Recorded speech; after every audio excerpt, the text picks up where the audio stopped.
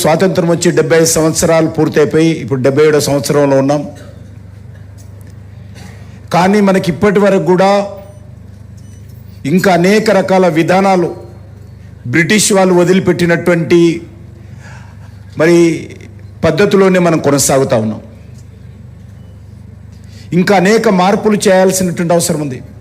ప్రధానమంత్రి గారు పదే పదే మంత్రులకు చెప్తారు, పాత చట్టాలు ఏమున్నాయో బ్రిటిష్ వాళ్ళ హయాంలో ఉన్నటువంటి చట్టాలన్నింటినీ కూడా మార్చాలి. ఇప్పుడు ఉన్నటువంటి వర్తమాన రాజకీయ సామాజిక ఆర్థిక పరిస్థితులకు అనుగుణంగా మనం చట్టాలు మార్చుకోవాలని పదే మంది వారు చెప్తుంటారు. దానికి అనుకూలంగా అనేకమైన మార్చుకున్నాం.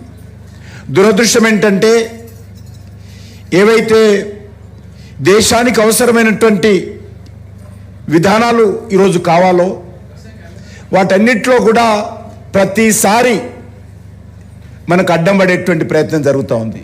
ఇది మంచిది కాదు. అందుకే ఈరోజు ప్రజల మధ్యకు వెళ్ళాలి. మన ప్రధానమంత్రి గారు చెప్పారు, ప్రజల మధ్యకు వెళ్ళి వన్ నేషన్ వన్ ఎలక్షన్ విషయంలో ప్రజలను చైతన్యం చేయాలి. ప్రజల ద్వారా రాజకీయ పార్టీల మీద విశ్లేషకుల మీద ఒత్తిడి రావాల్సినటువంటి అవసరం ఉంది. ఇది ఒక ప్రజా ఉద్యమంగా రావాలి. నాకు తెలుసు, ఎక్కడ ఉత్తరప్రదేశ్ ఎలక్షన్స్ అవుతుంటే ప్రతిరోజు 1 మంత్ హైదరాబాద్లో ఉన్నటువంటి తెలుగు ఛానల్స్ అన్ని రివ్యూ చేస్తాయి. ఎక్కడో ఢిల్లీ ఎలక్షన్ అవుతుంటే హైదరాబాద్లో ఉన్నటువంటి ఛానల్స్ అన్ని రివ్యూ చేస్తూ ఉంటాయి. ఏ ఇంట్లో కూర్చున్నా, ఏ రచ్చబండ మీద కూర్చున్నా యూపీ ఎలక్షన్ ఎట్లా ఉన్నది, ఢిల్లీ ఎలక్షన్ ఎక్కడ ఉన్నది, కేజ్రీవాల్ వస్తాడా పీక్తాడా, ఇదే విషయం. ప్రతిసారి ఎన్ని మ్యాన్ అవర్స్ వేస్ట్ అయితే ఆలోచన చేయండి. ఎంత మ్యాన్ అవర్స్. ఈరోజు ఒకసారి ఎలక్షన్ అయిపోతే ఈరోజు ప్రధానమంత్రి గారు ప్రతి 3 నెలలకు ఒక రాష్ట్రానికి ఎలక్షన్స్కి వెళ్ళాలి.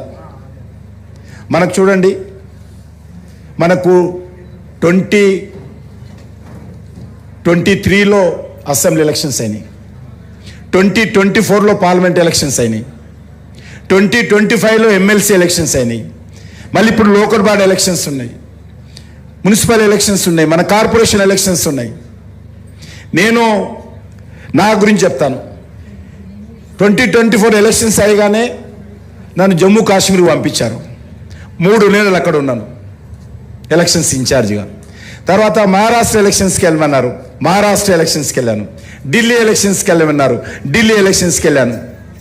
ఇక ఎక్కడ మేము మంత్రివర్గం ఇక్కడ పనిచేస్తాము, రాజకీయ పార్టీ కార్యకర్తలు ఎక్కడ ఉంటామో ఆలోచించేయండి. అందుకే ఒకటి మనవి చేస్తా ఉన్నాను, ఏదైనా ఈ దేశంలో మార్పు రావాలంటే ఆ మార్పు ఈరోజు స్పష్టంగా నరేంద్ర మోడీ గారి నేతృత్వంలోనే మార్పు వస్తుంది. అది జిఎస్టీ తీసుకున్నా, లేకపోతే డిజిటల్ ట్రాన్సాక్షన్ తీసుకున్నా, ఆర్టికల్ 370 తీసుకున్నా, రావణ కాస్ట్రం లాగా 75 సంవత్సరాల పాటు జమ్మూ కాశ్మీర్ను తగలబెట్టారు. 46,000 మంది చనిపోయారు.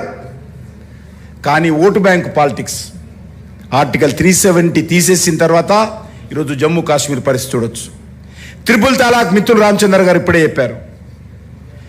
సుప్రీంకోర్టు చెప్పినా కూడా త్రిపుల్ తలాక్ మార్చలే, ఎందుకంటే ఓట్లు పోతాయి. ఓట్లకు త్రిపుల్ తలాక్ సంబంధం లేదు. ఈ దేశంలో 10 కోట్ల మంది ముస్లిం మహిళలు ఉన్నారు. ఆ మహిళలకు సంబంధించినటువంటి హక్కుల గురించి ఆలోచన చేయలేదు, వాళ్ళ అధికారాల గురించి ఆలోచన చేయలేదు. డాక్టర్ బాబాసాహెబ్ అంబేద్కర్ ఈ దేశంలో ఉన్నటువంటి పౌరులకు ఇచ్చినటువంటి హక్కుల గురించి ఆలోచన చేయకుండా త్రిపుల్ తలాక్ కొనసాగించారు.